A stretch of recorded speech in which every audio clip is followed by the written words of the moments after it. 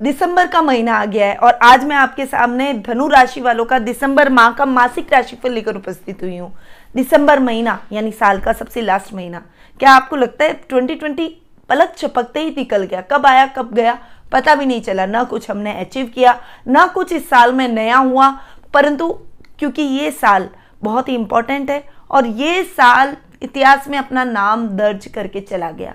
Corona संक्रमण जिसने पूरे विश्व की नींद हराम कर दी, पूरा विश्व आज कोरोना संक्रमण की मार से जूझ रहा है और इस संक्रमण का इफेक्ट हमारे देश पर भी बहुत गहरे रूप से हुआ है। पूरे विश्व की इकोनॉमी इस संक्रमण के कारण हिली है। बहुत नेगेटिव इफेक्ट भी हमने देखने को मिले।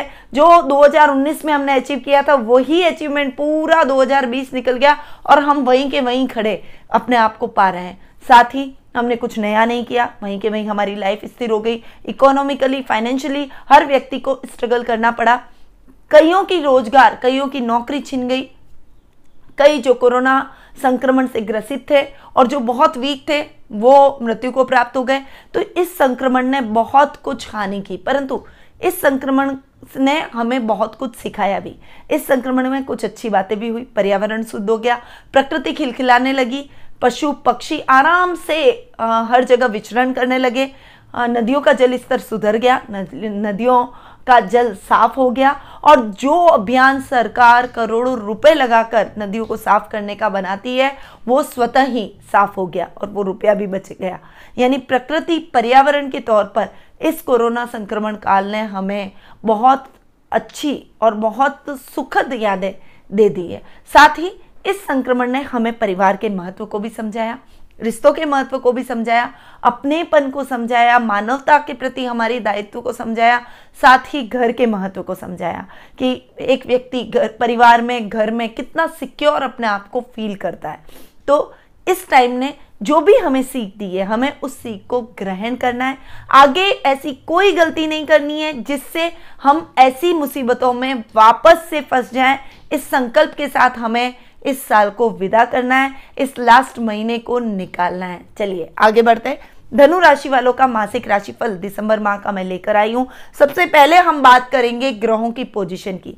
तो सबसे पहले हम बात करेंगे सूर्य ग्रह की, जो कि वर्तमान में वृश्चिक राशि में विराजमान है और 15 दिसंबर को वे वृश्चिक से धनु में प्रवेश कर जाएंगे। बुध ग्रह की यदि मैं बात करूं तो वो भी सूर्य के साथ साथ ही राशि परिवर्तन कर रहे हैं। 17 दिसंबर को बुध का राशि परिवर्तन हो रहा है और वे भी वृश्चिक राशि से धनु राशि में प्रवेश करने वाले हैं। वृश्चिक राशि में सूर्य बुध का बुधादित्य योग। आपकी कुंडली में यदि धनु राशि की कुंडली में देखो तो 12th हाउस के अंदर सूर्य बुध का बुधादित्य योग बन रहा था, जो कि बाद में लग्न में जाकर विराजमान होने वाले और लग्न में आप बुधादित्य योग बना रहे हैं, आपकी राशि में आ रहे हैं। सूर्य बुध का बुधादित्य योग आपकी राशि में बन रहा है, तो ये बहुत ही अच्छे और शुभ संकेत मैं कह सकती हूँ। साथ ही शुक्र ग्रह की यदि मैं बात करूं तो अभी वर्तमान में वो स्वग्रही होकर तुला राशि में विराजमान हो रहे हैं। आपकी कुंडली के अंदर 11th हाउस में बैठे, बहुत बढ़िया रिजल्ट अभी आपको वो दे रहे हैं राइट नाउ। परंतु वो 11 दिसंबर को शुक्र 11th हाउस से आपके 12th हाउस में प्रवेश कर जाएंगे, यानी तुला राशि से वृश्चिक राशि में प्रवेश करने वाले हैं और वहां पर केतु के साथ में कॉम्बिनेशन बनाकर जड़त्व योग का निर्माण करेंगे।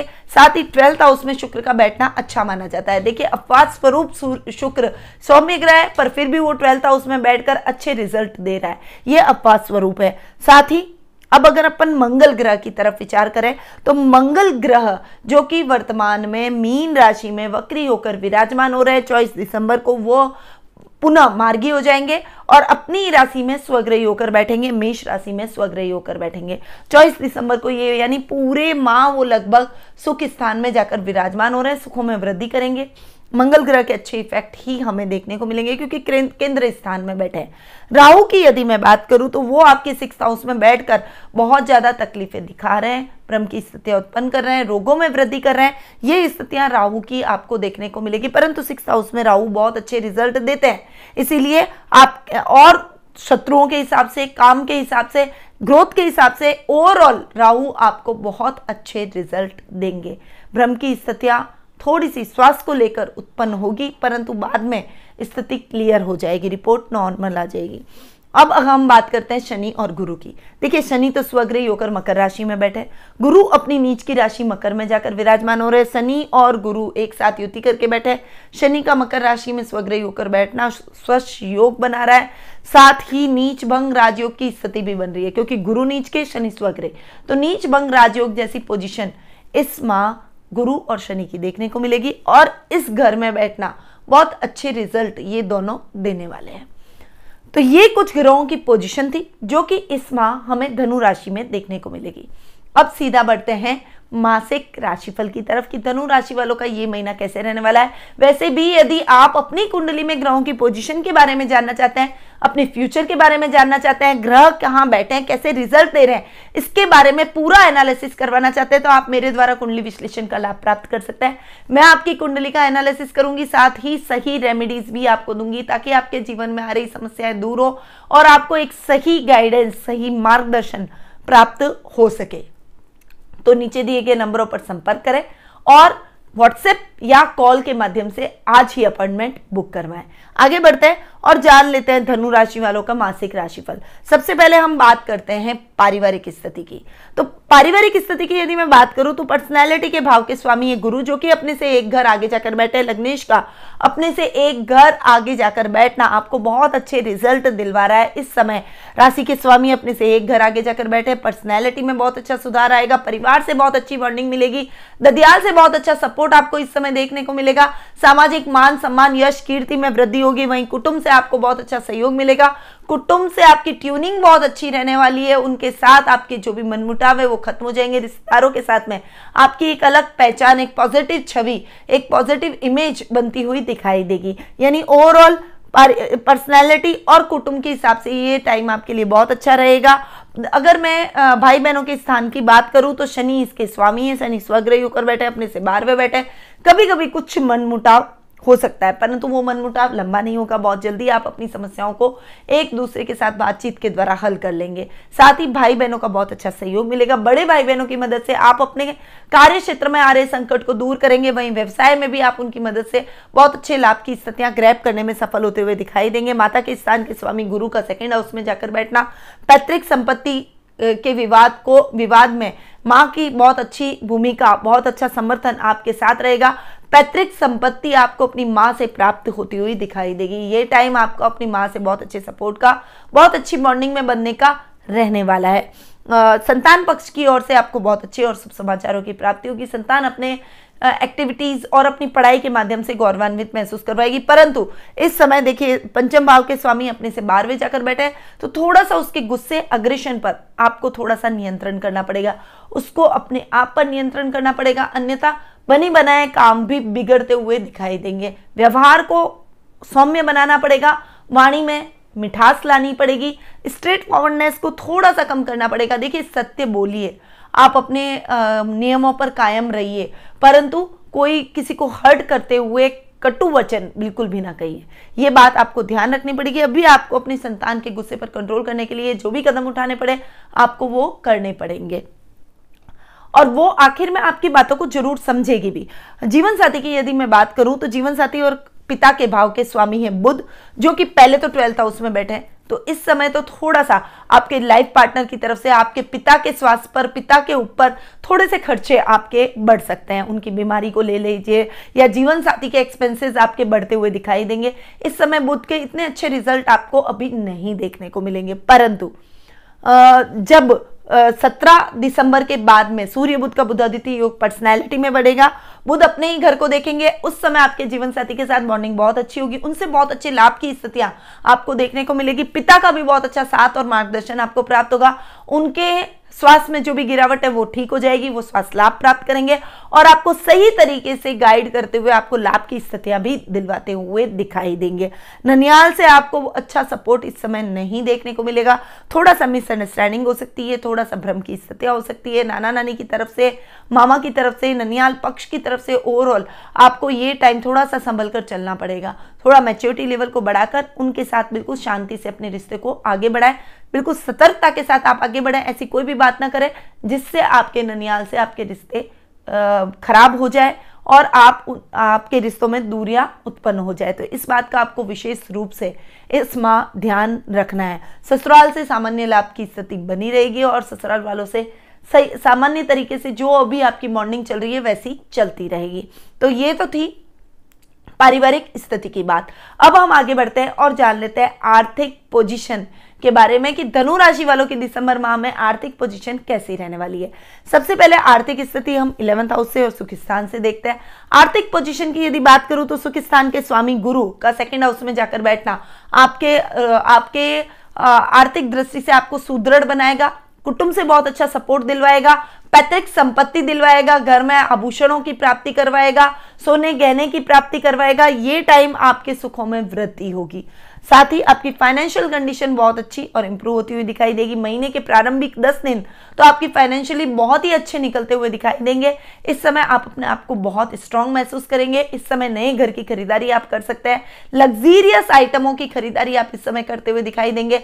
भाई और दामाद से बहुत अच्छे लाभ की स्थितियां आपको देखने को मिलेगी। रिश्तों में बहुत अच्छा सामंजस्य और तालमेल आप बनाने में सक्षम होते हुए दिखाई देंगे। यदि आप होटल मैनेजमेंट, शू मतलब फैशन डिजाइनिंग और अगर आप इंटीरियर डेकोरेशन और डेकोरेटिव वॉल पीसेस और साथ ही अगर आप फैशन आइटम से रिलेटेड कोई भी काम करते हैं, इमिटेशन ज्वेलरी से रिलेटेड काम करते हैं, यदि आप पैक्ड फूड से रिलेटेड काम करते हैं, टिफिन सर्विस से रिलेटेड कोई काम करते हैं, आप अपने काम को इस समय एक्सटेंड करेंगे। काम में बहुत अच्छे लाभ की स्थितियां देखने को मिलेगी। इवन अचानक से आपकी कोई काम में अटका हुआ पैसा है वो रिलीज होने से आपके मन में कॉन्फिडेंस के भाव उत्पन्न हो जाएंगे। आर्थिक दृष्टि से ये महीना आपके लिए सुख, शांति और समृद्धिदायक रहेगा।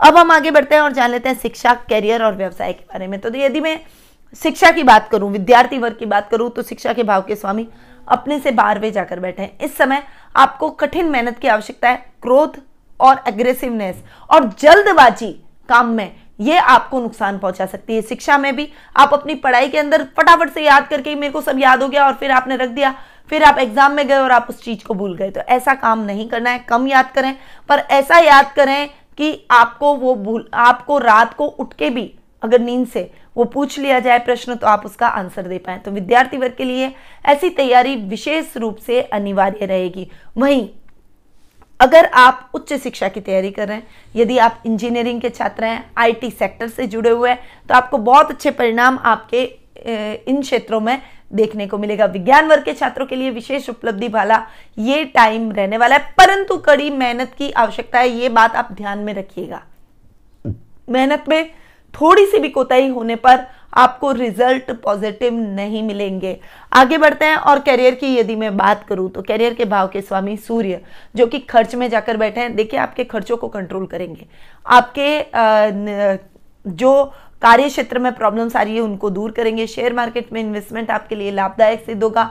वहीं इस समय आप अपने बिजनेस को बहुत अच्छे से एक्सटेंड करते हुए दिखाई देंगे। आपका खुद का कोई काम आप करना चाहते हैं तो वो काम की शुरुआत आप करते हुए दिखाई देंगे। गवर्नमेंट जॉब की विशेष रूप से आपको सफलता इस समय प्राप्त हो सकती है। वहीं यदि आप मेडिकल के छात्र हैं तो आपको मेडिकल लाइन में बहुत अच्छी सफलता हासिल होती हुई दिखाई देगी। युवा वर्ग के लिए ये कैरियर का पीक टाइम रहेगा। इस समय आपको बहुत अच्छी सफलता मिलेगी। बाद में भी सूर्य जब आधे महीने के बाद में आपके लग्न में जाकर विराजमान होंगे तब भी आपको बहुत पॉजिटिव रिजल्ट देते हुए दिखाई देंगे। सूर्य बुध का बुधादित्य योग है।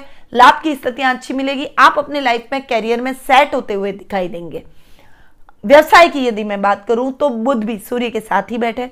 देखिए पहले तो बुध 12th हाउस में बैठे, आपके खर्चों को नरगल बढ़ाएंगे। कॉमर्स से रिलेटेड यदि अकाउंटिंग से रिलेटेड आप कोई काम कर रहे हैं, CS से रिलेटेड कोई काम कर रहे हैं, कोई अपना खुद का कोई व्यापार कर रहे हैं, तो इस समय इन्वेस्टमेंट बहुत अधिक करना पड़ेगा। आप जितना इन्वेस्टमेंट करेंगे उतना आपको वापस से प्रतिफल प्राप्त नहीं होगा, मतलब लाभ की स्थितियां और प्रॉफिट इतना नहीं मिलेगा जितना इन्वेस्टमेंट आपको करना पड़ेगा। परंतु आज अगर आप इन्वेस्टमेंट कर रहे हैं तो उसका लाभ कल, आज नहीं तो कल आपको अवश्य देखने को मिलेगा। इसीलिए आप अपने कार्य में जितनी जरूरत हो उतना इन्वेस्टमेंट करें। अनर्गल इन्वेस्टमेंट भी आपके लिए हानिकारक रह सकता है, इसीलिए ज्यादा इन्वेस्टमेंट भी ना करें। जितनी जरूरत हो उतना ही इन्वेस्टमेंट करें और उसके बाद आपको आने वाले टाइम में लाभ की स्थितियां जरूर देखने को मिलेगी। 17 दिसंबर के बाद में जब बुध आपके लग्न में आ जाएंगे तब आपके व्यापार को बढ़ाएंगे। जो इन्वेस्टमेंट किया है उसका उसके बाद आपको बहुत अच्छा लाभ देखने को मिलेगा और ये टाइम आपके लिए बहुत अच्छी ग्रोथ का भी रहेगा। यानी शिक्षा, करियर और व्यवसाय की दृष्टि से बुध आपको मिले जुले परिणाम लेकर आए हैं। इस समय कड़ी मेहनत पर ही आप डिपेंड हैं और जितनी मेहनत उतना रिजल्ट। इस तर्ज पर आप चलिए, कर्म प्रधान रहिए, आलस्य को त्याग दीजिए और मेहनत में लग जाइए ताकि आपको सकारात्मक रिजल्ट प्राप्त हो सके। अब आगे बढ़ते हैं और जान लेते हैं जीवन साथी और प्रेम प्रसंगों के बारे में। देखिए, जीवन साथी और प्रेम प्रसंगों के मामले में जीवन साथी के भाव के स्वामी बुध जो कि 12th हाउस में जाकर बैठे हैं और आधे महीने के बाद में वो लग्न में आ रहे हैं, फिर अपने घर को देख रहे हैं। देखिए, जब तक 12th हाउस में वो बैठे हैं, यानी 16 दिसंबर तक जब तक वो 12th हाउस में बैठे हैं, तब तक जीवन साथी के साथ में अनर्गल बहस हो सकती है, वो अनर्गल खर्च कर सकते हैं जिससे आपकी फाइनेंशियल कंडीशन डावाडोल हो सकती है।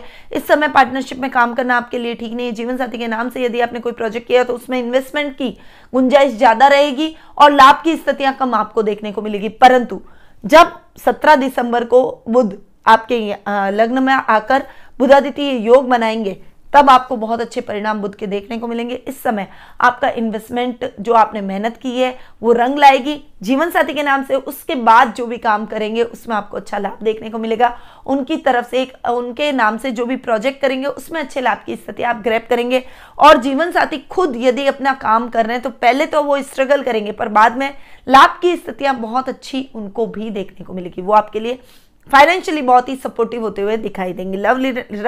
लव रिलेशनशिप में भी ये टाइम आपके लिए थोड़ा सा मिले जुले परिणाम लेकर आया है। पहले तो आप अपने पार्टनर को समझ नहीं पाएंगे, थोड़ा सा कहीं कहीं बार बार मिसअंडरस्टैंडिंग होना, एक दूसरे को नहीं समझ पाना, एक दूसरे की भावनाओं का सम्मान नहीं करना, ऐसी स्थितियां आपको फेस करनी पड़ सकती है। परंतु बाद में 17 दिसंबर के बाद स्थितियां नॉर्मल हो जाएगी और रिश्ते में पुनः मिठास आपके उत्पन्न हो जाएगी। सामान्य तरीके से आप एक दूसरे के साथ कदम से कदम मिलाकर आगे बढ़ेंगे और अपने भविष्य को तय करते हुए एक दूसरे को सपोर्ट करते हुए दिखाई देंगे।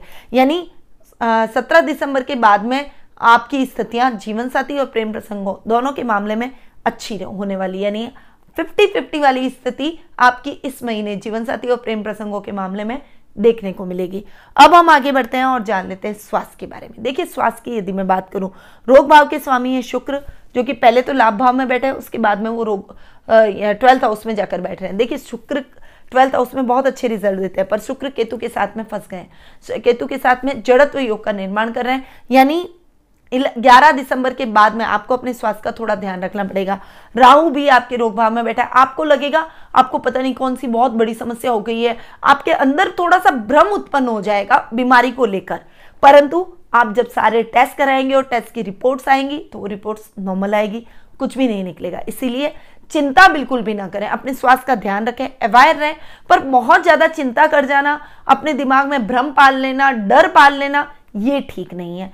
ये स्थितियां राहु पैदा करता है, इसीलिए इस मामले में आपको ध्यान रखना पड़ेगा। शत्रु पक्ष जाकर भी आपका कुछ नहीं बिगाड़ पाएगा, यानी ये जो रोग है वो भी अपने एक तरह से शत्रु ही है। उन शत्रुओं को भी आप परास्त करने में सफल होते हुए दिखाई देंगे। वहीं इस समय आपके यदि कोई लोन वोन की कोई प्रॉब्लम है, आपके उधार आपने किसी से ले रखा है, तो वो आप उधार स्वतः ही चुकाते हुए दिखाई देंगे। राहु का 6 में बैठना बहुत अच्छे रिजल्ट हर क्षेत्र में दिलवाता है, पर थोड़ा सा राहु भ्रमित जरूर करता है, थोड़ा डर जरूर पैदा करता है। इसीलिए मैंने आपको कहा स्वास्थ्य में थोड़ी सी भी लापरवाही न करें और स्वास्थ्य के प्रति एक्स्ट्रा टेंशन बिल्कुल भी ना करें। छोटी मोटी समस्याएं होती रहती है, इलाज हो सकता है, डॉक्टर को दिखा के आप उसका इलाज करा सकते हैं, परंतु बड़ा भ्रम पाल लेना, साइकोलॉजिकली अपने आप को परेशान करना, ये ठीक नहीं है। तो थोड़ा सा अपने स्वास्थ्य के प्रति कॉन्फिडेंट रहें और आपको कुछ नहीं हुआ है, बिल्कुल कॉन्फिडेंस के साथ आप आगे बढ़ें, किसी भी प्रकार की समस्या आपको नहीं आएगी। तो ये था धनु राशि वालों का दिसंबर माह का मासिक राशिफल। अब बढ़ते हैं अपन स्वास्थ्य की तरफ, क्योंकि मेरे को ऐसा लग रहा है कि राहु थोड़ा सा डरा रहा है, भ्रमित कर रहा है। तो एक पेंडेंट जो कि विशेष रूप से हम सभी के लिए बनाते हैं, वो इंद्राणी गणेश पेंडेंट के अंदर यदि आप लहसुनिया या गोमेद पहनते हैं तो वो आपके स्वास्थ्य में विशेष रूप से लाभ की स्थितियां दिलवाता है। एक डर को, अनायास जो भय आपके स्वास्थ्य का है उसे खत्म कर देगा। तो आपको इस पेंडेंट को अपने गले में धारण करना है। साथ ही गणेश जी की पूजा आराधना इस समय विशेष रूप से करें। माँ दुर्गा का आह्वान जरूर करें। और अभी जो जैसे नवरात्रे गए तो माँ दुर्गा और गणेश जी इन दोनों का एक साथ में आप आह्वान कर सकते हैं। तो ऐसी कुछ उपाय आपको दुर्गा के भी करने हैं और गणेश जी के भी करने हैं। बुधवार के दिन गणपति जी पर ओम गंग गणपति नमः कहते हुए दुर्वा जरूर चढ़ाएं। और शुक्रवार के दिन माँ दुर्गा पर सिंदूर जरूर चढ़ाएं। ये उपाय अगर आप कर लेंगे तो आपको स्वास्थ्य के प्रति कोई समस्या नहीं रहेगी और आप अपने आप को एकदम फिट महसूस करेंगे। तो ये उपाय आप जरूर कीजिए। ये आपके दाम्पत्य जीवन में भी मधुरता के भाव लाएगा, आपके व्यवसाय को भी ठीक करेगा और राहु के दोष को भी दूर करेगा। तो गणपति जी को जरूर पकड़िए और गणपति जी की पूजा आराधना अवश्य कीजिए। तो अब मैं अपनी वाणी को यहीं विराम देती हूँ। स्वस्थ रहिए, व्यस्त रहिए, मस्त रहिए, हमेशा मुस्कुराते रहिए। जय श्री राधे कृष्ण।